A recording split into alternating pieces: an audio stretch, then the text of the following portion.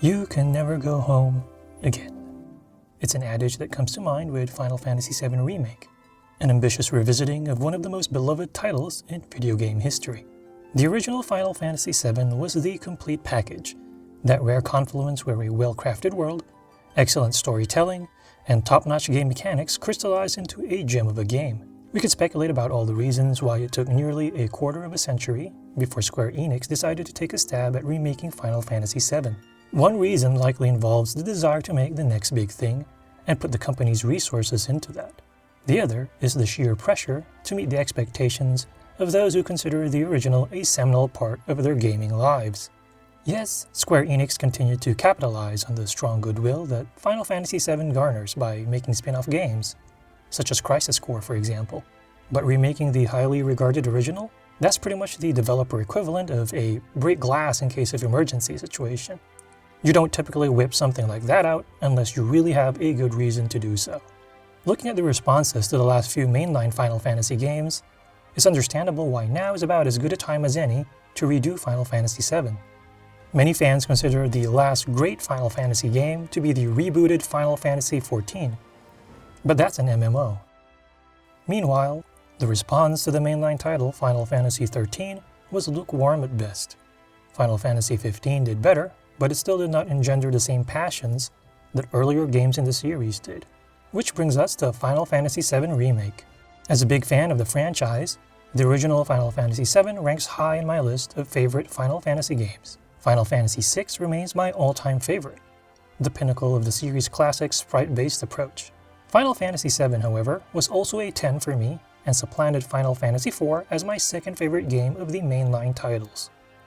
Not only did the seventh game in the series mark a departure from Nintendo's familiar confines towards Sony's greener pastures, it also signaled the game's transition from a classic fantasy setting to a 3D world with more modern trappings. The drastic change certainly made some purists wonder, is Final Fantasy VII still Final Fantasy? Fortunately, the game would turn out to be the real deal. Not only did it look good for the time, the gameplay was also on point. From its large explorable world, great selection of minigames, and excellent JRPG mechanics, Final Fantasy VII was packed to the gills with content for JRPG lovers. And boy, that story. I still remember sitting in my living room silently as my jaw dropped during what is now considered one of the most iconic scenes in gaming. It was a scene that struck me so hard, I replayed it again just to make sure that I didn't make a mistake, that it was something that was actually supposed to happen. This was before the internet was as pervasive as it is now, mind you, so you couldn't just Google something to double check. Somewhere in one of my old PlayStation memory cards is a save file just before that scene that I never erased, just so I could go back and play the game before that whole thing unfolded once again. Yes, I am that sentimental. The impact of the original game is certainly a big reason why some fans receive news about the remake with both sheer joy as well as a tinge of trepidation. Many fans certainly wanted to see one of their favorite games of all time reimagined with today's technology. What they didn't want was to have the fond memories they had of the original ruined by a remake that fails to meet their incredibly high and likely rose-colored expectations. The new game could actually be solid and still disappoint because good just isn't good enough, especially when the original source material is considered to be so great.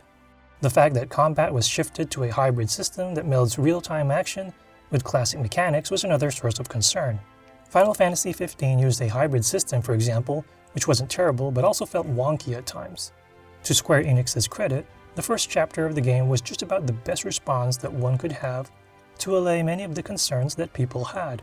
The first bombing run of Shinra's Macro Reactor 1 and the escape that ensued after that are examples of Final Fantasy VII Remake at its absolute best. An excellent mix of the pomp of impressive presentation joined with the circumstance of rock-solid gameplay. The game's opening does a great job in portraying the tension felt by the ragtag eco-terrorism group Avalanche as they embark on their first mission to take down a massive power plant that's draining the life of the planet. The remake also goes the extra mile after that by showing the consequences of those actions, including the death and destruction it inflicts on Midgar citizenry. This is a scenario where the remake actually trumps the original game, which essentially glossed over a lot of these things. Add the removal of loading screens within chapters, and the remake also ends up being a much more immersive experience. The opening fights also do a good job in addressing concerns about the combat, which felt quite impressive. While it still inserts some turn-based mechanics involving menu use, the implementation is well done and isn't as schizophrenic as other recent Final Fantasy games. Command shortcuts also allow you to weave in special moves or actions on the fly without opening a menu, leading to much smoother flow during fights. The real-time action feels especially on point. While the hybrid action in previous Final Fantasy games, or even the recent Kingdom Hearts release felt floaty or laggy, Final Fantasy VII Remake's combat is quite responsive, just like an action game. You don't get as much of that sense that the real-time and classic RPG elements are fighting with each other. Instead, they complement each other really well and make for a satisfying fighting experience. Granted, there is a bit of a learning curve at first as you familiarize yourself with the controls.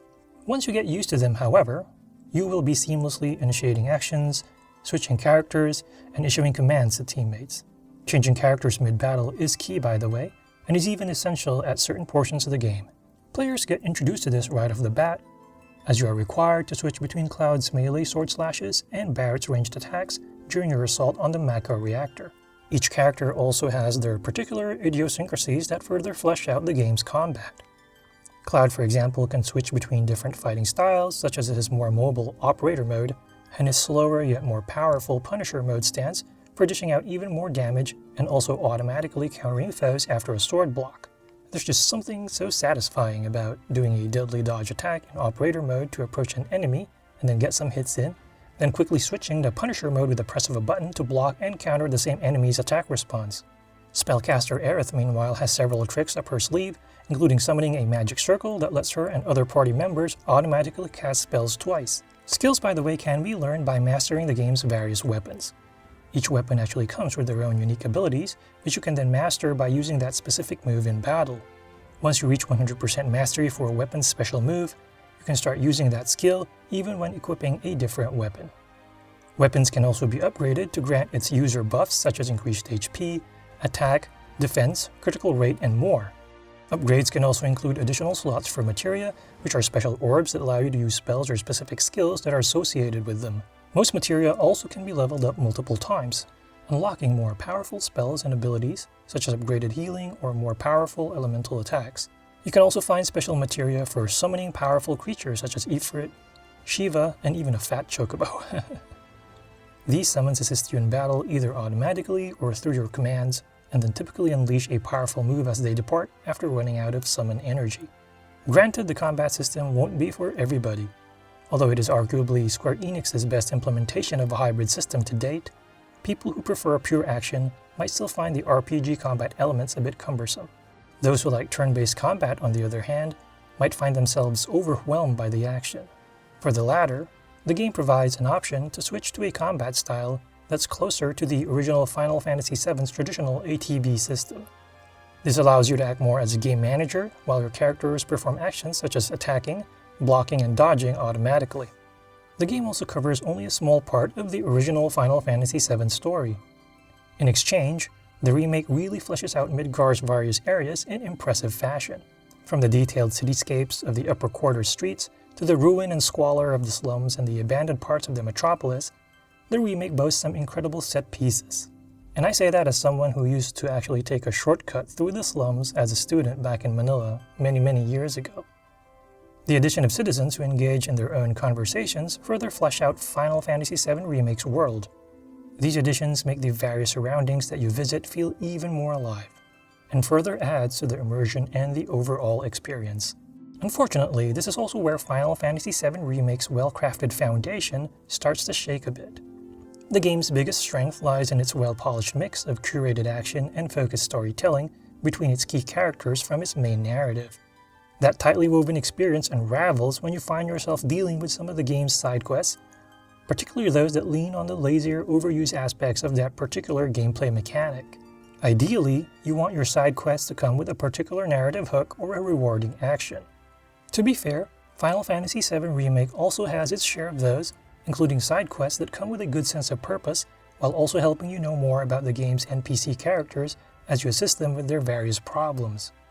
Mixed in with those, however, are side quests that echo some of the worst habits seen in other games, like going out and having to kill a certain number of rats or other minor monsters. To its credit, Final Fantasy VII Remake at least doesn't abuse fetch quests like some other games do, at least not as much, for the sake of further padding their open world.